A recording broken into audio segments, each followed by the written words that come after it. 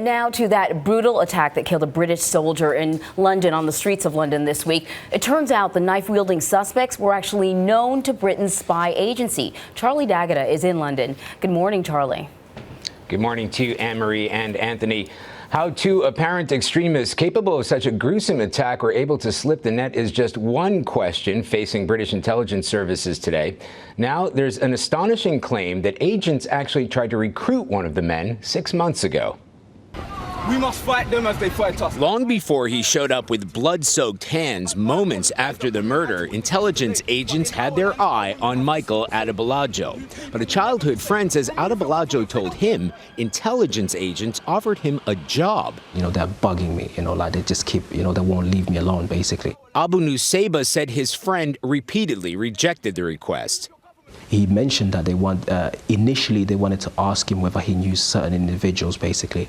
That was the initial issue, but after him saying that he didn't know these individuals and so forth, what he said is they asked him whether he'll be interested in working for them.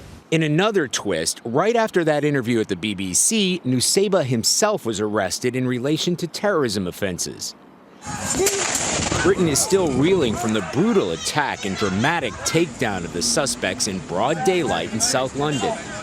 There's been an outpouring of grief at the murder of 25-year-old Lee Rigby, the father of a 2-year-old son. We can't believe that this happened. It's such a sad case. He didn't deserve to die.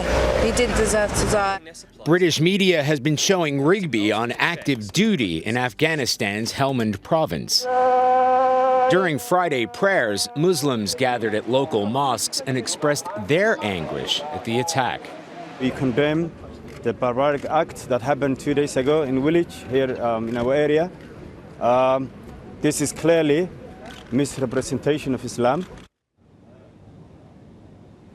Despite that widespread condemnation from the Muslim community, the killing has prompted a backlash. There's been a huge increase in anti-Muslim incidents. One helpline said before they got about 8 cases a day. That's now spiked to 150 since, including attacks on mosques. Anthony and Anne-Marie. Charlie D'Agata in London. Thank you, Charlie.